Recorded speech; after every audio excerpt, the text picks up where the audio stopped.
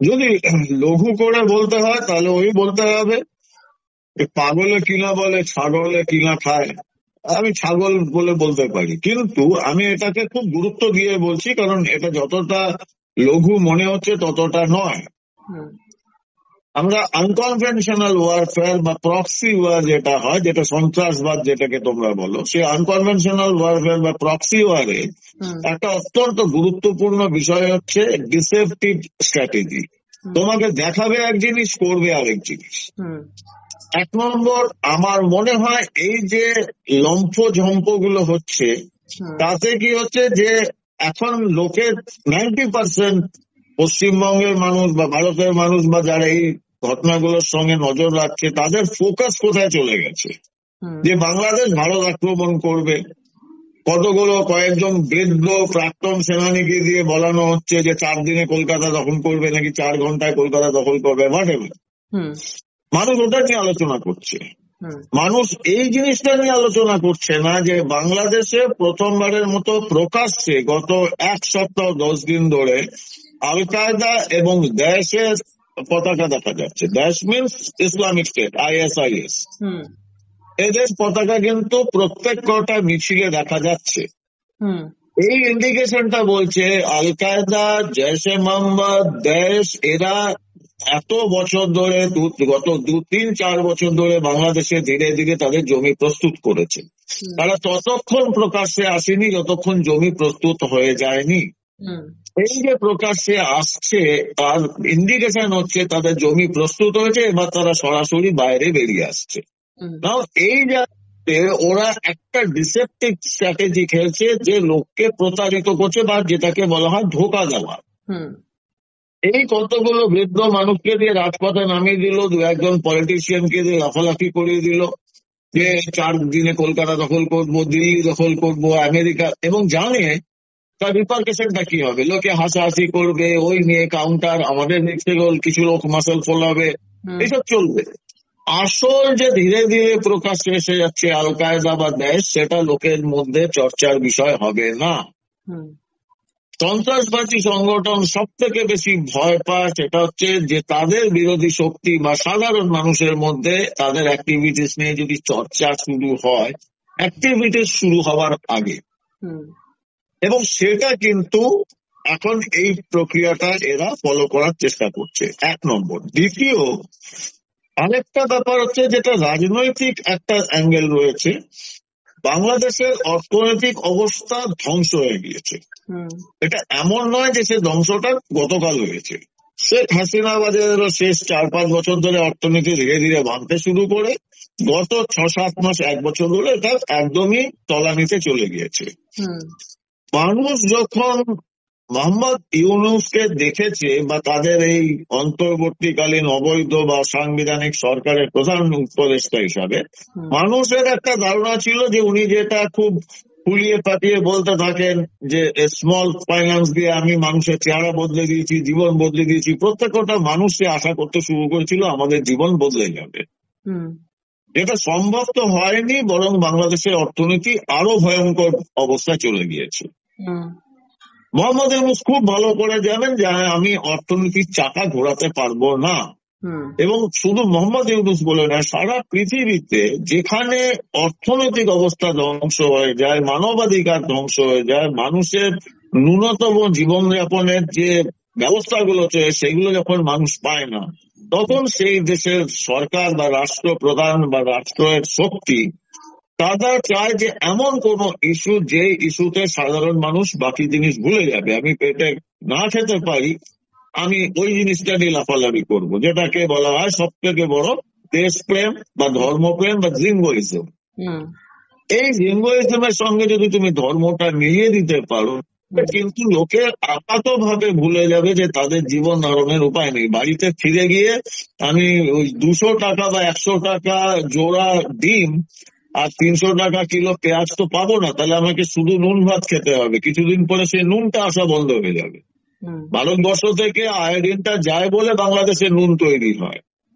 তো সেই জায়গায় শুধু বাংলাদেশের চাল প্রচুর হয়, এবং তাহলে ভাত খেয়ে শুধু ভাত খেয়ে থাকতে হবে। সেটাও কদিন পরে সের জন্য টাকা কোথা থেকে আসবে সেটা নিজেরা জানে না, কিন্তু আপাতত ভুলে থাকবে। হুম এবং বাংলাদেশে এটা অস্বীকার করার কোনো উপায় নেই যে বাংলাদেশে একটা বহুদিন ধরে, এমন নয় যে এটা সম্প্রতি হয়েছে, এটা গত 6-7 দশক ধরে, 8 দশক, স্বাধীনতার আগে থেকে কিন্তু বাংলাদেশে একটা বড় অংশের মানুষ হিন্দু বিরোধী ছিল। এবং এটা আমরা দেখেছি যে বাংলাদেশ যখন ইস্ট পাকিস্তান ছিল এবং তার আগে, স্বাধীনতার আগে 1934, 1932 যে দাঙ্গাগুলো হতো, তখন তো কোনো ভারত বলে কোনো ব্যাপার ছিল না, তখন তো অ্যান্টি ইন্ডিয়া কিছু হয়নি, তখন হিন্দু মুসলিম হয়েছে। এবং এটা আমরা বারংবার দেখেছি ইতিহাসে। সেই মানুষগুলোকে আবার খেপিয়ে তোলা হয়েছে ধর্মের নাম করে। তাই এই সমস্ত বাতুলের প্রলাপ। এটা এই বৃদ্ধ মানুষগুলো কি জানে না ওদের শরীরে যে পেসমেকার গুলো লাগানো রয়েছে, পেসমেকার গুলো কলকাতায় এসে লাগিয়ে গেছে? ওরা জানে খুব ভালো করে বাংলাদেশের অর্থনৈতিক যে অবস্থা, 48 ঘন্টার বেশি বাংলাদেশ সার্ভাইভ করতে পারবে না যদি কনভেনশনাল ওয়ারফেয়ারে যায়।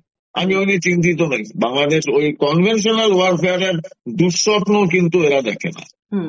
কিন্তু যেটা আপনি এক্ষুনি বলছিলেন যে বিষয়টার উপর আমরা নজর দিচ্ছি না, যেগুলো ধরুন আপনি দেশ মোহাম্মদ বা এরকম ধরনের যে কট্টরপন্থী দলগুলো তারা এখন মাথা চাড়া দিচ্ছে বা তাদের ফ্ল্যাগ দেখা যাচ্ছে, এবং তার সঙ্গে তো বিদ্বেষও বেড়ে যাচ্ছে, কারণ বাংলাদেশিদের মন বিষিয়ে তুলতে লাগাতার উস্কানিমূলক মন্তব্য করা হচ্ছে, হিন্দুদের ওপর হামলা অত্যাচারের পর এবার ভারতীয়দের বাংলাদেশ থেকে উৎখাত করবার হুমকি দেওয়া হচ্ছে, ভারতীয়দের লাথি মেরে তাড়ানোর হুমকি দিচ্ছে বৈষম্য বিরোধী ছাত্র আন্দোলনের অন্যতম মুখ তথা গণ অধিকার পরিষদের যুগ্ম সদস্য সচিব তারেক রহমান। তিনি বলছেন যে রাঙামাটি থেকে সিলেট পর্যন্ত 45 কিলোমিটার রাস্তা ভারত আমাদের দেয়নি, 400 কিলোমিটার ঘুরে যেতে হয়, তাহলে ভারতকে 1500 কিলোমিটার বাঁচানোর জন্য 400 কিলোমিটার ট্রানজিট দিয়ে দেওয়া হলো। এবং একই সঙ্গে বলছেন যে ভারত নিজের সুবিধার জন্য চট্টগ্রাম মোঙ্গলা বন্দর ব্যবহার করে, কিন্তু নেপাল ভুটানদের মতন ছোট দেশ যখন বন্দর ব্যবহার করতে চাইলো ভারত অনুমোদন দেয়নি। এবার সোজাসুজি হিসাব করার সময় এসেছে। ভারত আগেরবার বাংলাদেশের বিরুদ্ধে ষড়যন্ত্র করে ইউরোপীয় ইউনিয়নের প্রতিনিধিদের নিয়ে বৈঠক করেছিল। ইউনূস স্যার এবারে ইউরোপীয় ইউনিয়নের প্রতিনিধিদের সঙ্গে বৈঠক করছেন, তারপর কয়েকটি দেশের ভিসা প্রক্রিয়া শুরু হয়ে গিয়েছে। এইভাবে যে উস্কানিমূলক মন্তব্য করছেন, বাংলাদেশে যারা রয়েছেন তারা কি বুঝতে পারছে না যে ভারত যদি একবার ফোঁস করে ওঠে তাহলে সেক্ষেত্রে তাদের জীবনটা কতটা দুর্বিষহ হয়ে যাবে? এটা সাধারণ বুদ্ধি। ভারতকে ফোর্স করতে হবে না। তুমি কখনো দেখেছো যে ওই আফ্রিকার জঙ্গলে বা ভারতের জঙ্গলে বিশালকায় হাতি একটা ইঁদুরকে দেখে কখনো ফোর্স করে না, প্রয়োজন হয় না।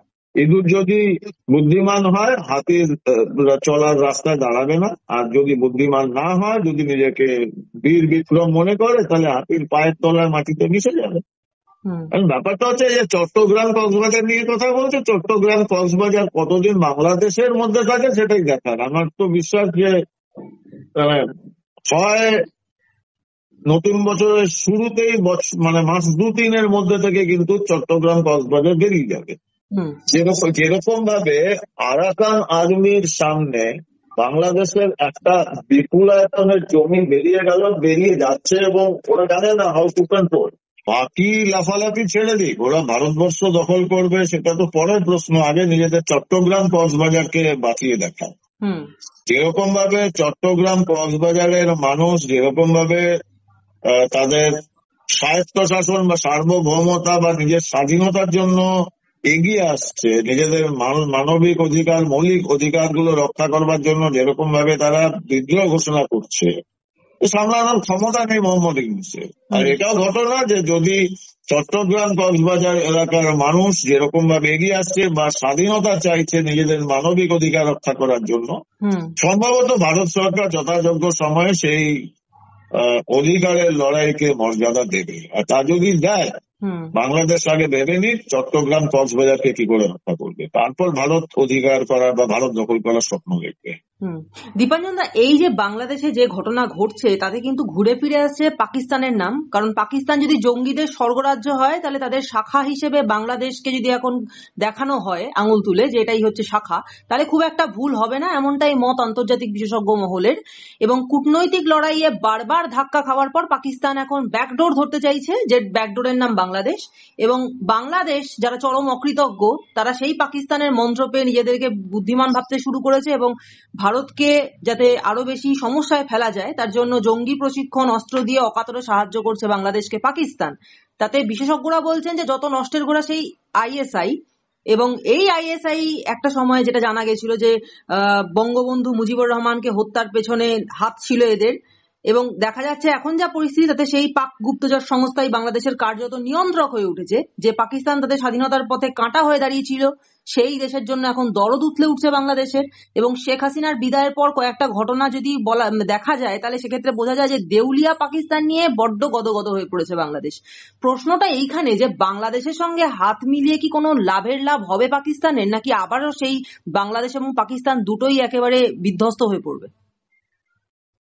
পাকিস্তান বলে আমি তো মনে করি না কোনো রাষ্ট্র আছে, তো সার্কাস পার্টি, এবং একটা একটা পার্ট সার্কাস আর একটা হচ্ছে সন্ত্রাসবাদীদের আগ্রহ। এবং আমার মনে হয় যারা শুধু আইএসআই কথা বলছে তারা কিন্তু একটু বেশি গুরুত্ব দিয়ে ফেলছে পাকিস্তানকে, কারণ আইএসআই অনেকটা রিফ্লেক্টেড গ্লোরি হিসাবে কাজ করছে। এই যে বাংলাদেশের যে পরিস্থিতি, এর পেছনে তিনটে অ্যাঙ্গেল রয়েছে, এবং আমার মনে হচ্ছে যে এই যে মোহাম্মদ ইউনূস এখন একটা সাংঘাতিক চাপ এবং বিপদের মুখে পড়তে চলেছে। কারণ এক নম্বর, এর পেছনে এই আইএসআই কে দিয়ে বাংলাদেশে এই অভ্যুত্থান ঘটানোর পেছনে একটা বড় অংশ ছিল বাইডেন প্রশাসন আমেরিকার, কারণ ওদের টার্গেটই ছিল সেন্ট মার্টিনস আইল্যান্ড।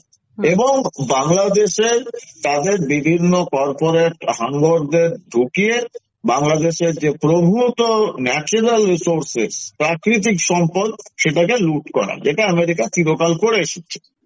এখন বাইডেন ইতিহাস হয়ে গেছে। 20 জানুয়ারি ডোনাল্ড ট্রাম্প আসলে বাংলাদেশের ওপরে যে বাইডেন প্রশাসন যা করেছিল বা আমেরিকার যে বৈদেশিক নীতি, সেটা আমার মনে হয় 180 ডিগ্রি বদলে যাবে। সেই জন্য বাইডেনের তখন যে বরাবর পেয়েছিল মোহাম্মদ ইউনূস, সেটা শেষ হয়ে যাবে 20 জানুয়ারির পরে। দ্বিতীয় মাথা ছিল চীন। চীন তাদের বাণিজ্যিক এবং মিলিটারি স্বার্থটা চীনের কাছে সব থেকে বেশি। চীন তো কমিউনিস্ট কান্ট্রি নয়, চীন এখন পৃথিবীর সব থেকে আগ্রাসী ব্যবসায়িক রাষ্ট্র। তার সঙ্গে রয়েছে তাদের মিলিটারি পাওয়ার। চীন ভারত যে শেখ হাসিনা বাজাদের সময় যে চুক্তি সাইন হয়েছিল, যে ভারত থেকে নর্থ ইস্ট স্টেটের মণিপুর, মিজোরাম মধ্যে যে রেলপথ যাবে বাংলাদেশের মধ্যে দিয়ে, সেটা চীনের প্রচন্ড আপত্তির কারণ ছিল শুরু থেকে, যার জন্য চীন ইনভলভ হয়ে গেছিল এই বাংলাদেশের অভ্যুত্থানে। কারণ যদি সড়ক পথে কলকাতা ইস্টার্ন কমান্ডের হেডকোয়ার্টার থেকে, কলকাতা থেকে বা শিলিগুড়ি থেকে সড়ক পথে মণিপুর, মিজোরামে বা নর্থ ইস্টে, নাগাল্যান্ডে সড়ক পথে যদি সাপ্লাই যায়, তাতে মোটামুটি 24 থেকে 48 ঘন্টা লাগবে। কারণ রাস্তা, পাহাড়ি রাস্তা, প্রচন্ড যেটাকে আমরা বলি হস্টাইল নেচার, হস্টাইল ক্লাইমেট, এটার জন্য 24 থেকে 48 ঘন্টা সময় লাগবে যদি বাই রোড ট্রান্সপোর্ট পৌঁছায় এনি মিলিটারি এমার্জেন্সিতে, যুদ্ধকালীন পরিস্থিতিতে। কিন্তু যদি বাংলাদেশের মধ্যে প্রস্তাবিত রেলপথে সেইগুলোকে পাঠানো হয়, তাহলে সেটা 12 ঘন্টায়, 10 থেকে 12 ঘন্টায় পৌঁছে যাবে। যুদ্ধকালীন পরিস্থিতিতে এই 24 থেকে 30 ঘন্টা যে অতিরিক্ত যে সময়টা কমে যাওয়া, সেটা চীনের জন্য ভয়ঙ্কর রকম খারাপ স্ট্র্যাটেজিক্যালি। চীন কিছুতেই চাইছিল না যে ভারত বাংলাদেশের মৈত্রীর সুসম্পর্ক থাকুক, তাহলে চীনের 1 নম্বর এই মিলিটারি স্ট্র্যাটেজিতে প্রবলেম হবে। কারণ যুদ্ধকালীন পরিস্থিতি হলে ভারত কিন্তু মাত্র 10 ঘন্টার মধ্যে কমপ্লিট রিপ্লেনিশমেন্ট নিয়ে চলে আসবে ইস্টার্ন কমান্ড থেকে উত্তর পূর্বে প্রত্যন্ত জায়গায়, যেটা এখন 24 থেকে 48 ঘন্টা লাগবে, সেটা 10 ঘন্টায় হবে। তার জন্য যেভাবে ভারত আর বাংলাদেশের সম্পর্ককে খারাপ করতে হবে, এটা গেল 1। 2 নম্বর, চীন এটাও জানে যে রেলপথ তৈরি হয়ে গেলে ভারতের যে ব্যবসা বাণিজ্য, সেটা কিন্তু বহুলাংশে সুবিধা পেয়ে যাবে বাংলাদেশের বাজারটাকে কন্ট্রোল করার। সেখানেও চীন কিন্তু ব্যবসায়িক দিক থেকে মার খাবে। তো চীন এটা কিছুতেই চাইছিল না। এখন সমস্যা হয়ে গেছে চীনের ভারতকে চাপে রাখার জন্য চীন বহু বছর ধরে চেষ্টা করে গেছে মিয়ানমারের যে সামরিক জুনটা রয়েছে সেই জুনটাকে কন্ট্রোল করে, যার জন্য ওরা ওখানে গণতন্ত্র বসাতে প্রতিষ্ঠা করতে দিচ্ছে না। সামরিক জুনটাকে দিয়ে তারা ভারতকে বিব্রত করবে। ভারতের বিচ্ছিন্নতাবাদী, নর্থ ইস্টের বিচ্ছিন্নতাবাদী শক্তিগুলো মিয়ানমারে গিয়ে ট্রেনিং নিচ্ছে, অস্ত্রশস্ত্র নিচ্ছে, সেখান থেকে তারা বেস বানিয়ে ভারতে আক্রমণগুলো করছে। সেটা বাংলাদেশের ক্ষেত্রে প্রযোজ্য ছিল, এবং বাংলাদেশে শেখ হাসিনা বাজেদ অলমোস্ট জিরো করে দিয়েছিল ভারতীয় সন্ত্রাসবাদী বা বিচ্ছিন্নতাবাদীদের ওখানে ক্যাম্পিং করা বা ওখানে থেকে বা ভারতকে আক্রমণ করা। মিলিটারি জুনটা মিয়ানমারে সেটা তারা করে যাচ্ছে। এখন এই আরাকান আর্মির রেটালিয়েশনে মিয়ানমারের army junta they are in trouble. এখন চীন ভাবছে, এবং এই আরাকান আর্মির সঙ্গে ভারতের অত্যন্ত সুসম্পর্ক, আরাকান আর্মির সঙ্গে রোহিঙ্গাদের অত্যন্ত খারাপ সম্পর্ক, কারণ এটা মানে এথনিক কারণেই রোহিঙ্গাদের বুদ্ধিস্ট আর রোহিঙ্গারা মুসলিম, এই যে চলছিল আরাকান আর্মি বুদ্ধিস্ট আর মুসলিমদের যে কনফ্রন্টেশন, সেটা প্রচন্ড ভাবে এবং ঐতিহাসিক ভাবে সত্য, বেশ কয়েক দশক ধরে চলেছে। এবং আরাকান আর্মি প্রকাশ্যে বলছে ওরা যে রোহিঙ্গাদের এবার আমরা বুঝে নেব। আর এই রোহিঙ্গারা ছিল চীন এবং মিয়ানমারের একটা বড় সাপোর্ট হ্যান্ড, যারা বাংলাদেশের একটা অংশের সাহায্যে ভারতবর্ষে ঢুকে ভারতবর্ষে সন্ত্রাসবাদী কার্যকলাপ চালাবে। এখন চীন ওই মিয়ানমার রোহিঙ্গা এদের প্রোটেকশন করবে, না বাংলাদেশের এই আভ্যন্তরীণ সমস্যায় জড়িয়ে ভারতের বিরুদ্ধে প্রভোগ করবে। চীন কিন্তু এখন ধীরে ধীরে নিউট্রালাইজ হবে, এবং চীনের উপর রাশিয়া এবং ভারতেরও প্রেসার রয়েছে। আমরা দেখেছি ডোকালাম সীমান্ত এবং বিভিন্ন জায়গায় চীন কিন্তু হঠাৎ করে নরমপন্থী অ্যাক্টিভিটিস করছে, মানে অ্যাপ্রোচটা নরম। ভারত চীনের সম্পর্ক, বৈদেশিক সম্পর্ক চিরকালই অম্ল মধুর, আপাতত মধুর অবস্থায় রয়েছে। এবং সেটা এই রিসেন্টলি গত 15 দিনে কিন্তু চীন তাদের অ্যাপ্রোচ অনেকটা চেঞ্জ করেছে। আমার বিশ্বাস নেই যে ইউনূস এখন চীন থেকে খুব বেশি সাহায্য পাবে, কারণ চীন নিজে বিব্রত। বাকি রইল পাকিস্তান, এটা তো সার্কাস। ওরা এখানে 5 কিলো আটার জন্য একজনকে খুন করে ফেলেছে, তারা কি করবে? তাদের সাপোর্টটা আসে ইসলামিক ফান্ড গুলো থেকে, মৌলবাদীদের কাছ থেকে ফান্ড, ড্রাগের টাকা, মধ্যপ্রাচ্যের কিছু দেশের টাকা, খিলাফত শাসনকে বাড়িয়ে বর্ধিত করবা এবং ভারতকে আক্রমণের স্বপ্ন দেখা। এছাড়া তো আইএসআই কিছু নেই। আইএসআই কে নিউট্রালাইজ করতে ভারতের খুব বেশি সময় লাগবে না। আগে বাংলাদেশকে আমরা বুঝিয়ে নিই, তারপর আইএসআই এর ব্যবস্থা হবে।